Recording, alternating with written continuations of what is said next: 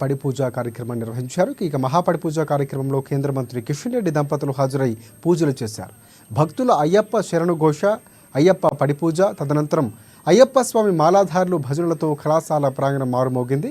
మణికంఠుని నామస్మరణతో రంగురంగుల పూలతో 18 మెట్లను సర్వాంగ సుందరంగా అలంకరించడం, పడి వెలిగించడం, హరిహర సుతుని అభిషేకం వంటి కార్యక్రమాలు కన్నుల పండుగగా జరిగాయి.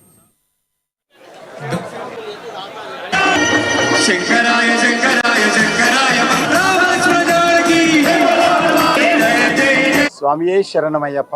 భారతదేశంలో అదేవిధంగా ప్రపంచంలో లక్షలాది మంది భక్తులు ప్రతి సంవత్సరము ఈ యొక్క సీజన్లో ఆయప్ప మాలధారణ ధరించి ఎంతో కఠినమైనటువంటి నిష్టలతో మరి వాళ్ళందరూ కూడా పూజా కార్యక్రమంలో పాల్గొంటూ మరి సంక్రాంతి లోపల శబరిమలకి వెళ్ళి ఆయప్ప స్వామి దర్శనం చేసుకునేటువంటి ప్రయత్నం చేస్తూ ఉంటారు.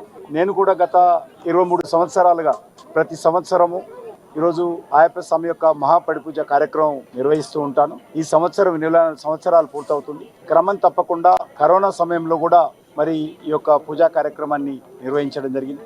ఈరోజు ముఖ్యంగా సమాజంలో యువకులు ఎవరైతే ఉన్నారో వాళ్ళలో క్రమశిక్షణ, విశ్వాసము, భక్తి అలవాటు కావడానికి కఠినమైనటువంటి మరి నిర్ణయాలతో నిష్ఠతో ఈ యొక్క ఆయప్ప స్వామి మరి దీక్ష తీసుకుంటారు. ఈ రకంగా దీక్ష తీసుకోవడం వల్ల తమ జీవితాలలో కూడా చెడు పోయి మరి